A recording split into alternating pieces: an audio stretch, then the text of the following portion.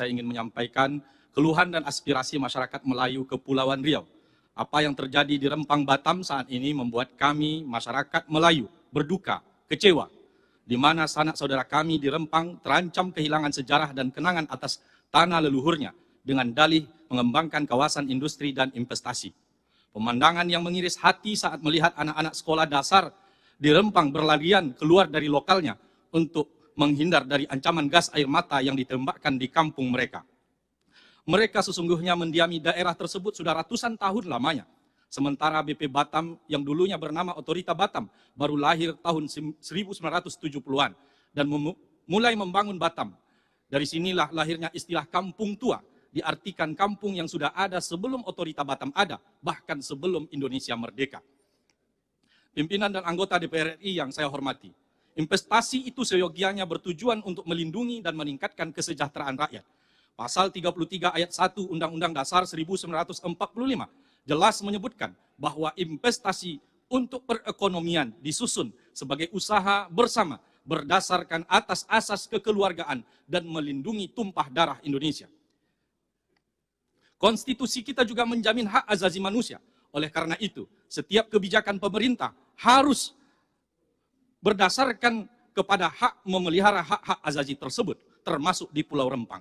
Bapak Ibu hadirin yang saya hormati, pada tahun 2019 saat rapat kabinet, Bapak Joko Widodo, Presiden Republik Indonesia berpesan kepada seluruh kabinetnya bahwa jika ada izin konsesi dan di dalamnya ada masyarakat, maka pastikan masyarakatnya terlindungi dan diberikan kepastian hukum. Jika perusahaan pemilik konsesi tidak memperhatikannya, maka cabut izinnya siapapun pemiliknya. Begitu ungkapan Bapak Jokowi. Berdasarkan hal tersebut, fraksi PKS DPR RI menyatakan sikap. 1. Mengecam tindakan aparat yang represif dan meminta agar semua aparat menahan diri. 2. Meminta TNI Polri mengusut tuntas indikasi pelanggaran SOP. 3. Meminta pemerintah menjamin pengobatan bagi masyarakat yang terluka yang menjadi korban tragedi ini. 4. Membebaskan masyarakat yang ditahan akibat bentrok ini dan menjamin mereka tidak dianiaya sebagai indikasi bahwa pemerintah ingin menyelesaikan masalah ini dengan cara yang humanis. 5. Meminta pemerintah untuk menghentikan sementara PSN Rempang Eco City sebelum hak-hak masyarakat terdampak terpenuhi dengan memastikan bahwa akar budaya dan wilayah adat mereka tidak hilang. Demikian, Assalamualaikum warahmatullahi wabarakatuh. Ada 16 perkampungan tua yang memang tergusur dari akar budayanya. Nah, ini yang harus menjadi perhatian dari Menteri Investasi. Karena bagaimanapun juga perkampungan-perkampungan tua ini tentu sudah ada jauh lama sebelum adanya bahkan BP Batam. Ini menimbulkan penolakan dari warga Rempang dan akhirnya menimbulkan gejolak yang lebih besar, melibatkan banyak warga Melayu, rakyat berhadapan dengan aparat, dan akibatnya adalah banyak yang terluka.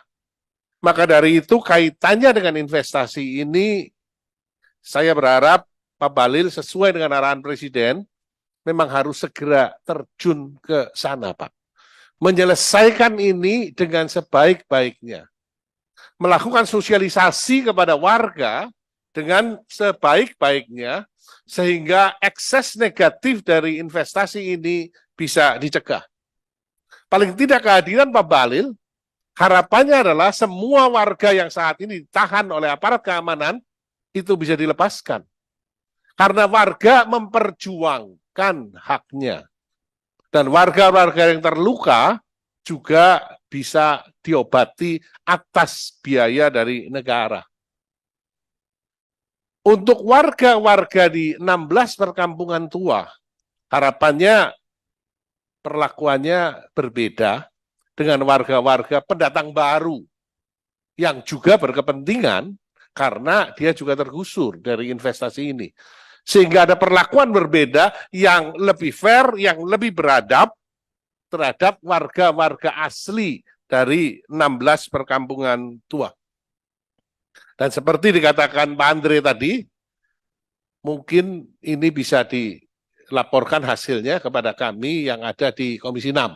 Pada siang hari nanti, kita juga akan bertemu dengan Kepala BW Batam, dan kita juga akan minta bahwa BW Batam juga berperan.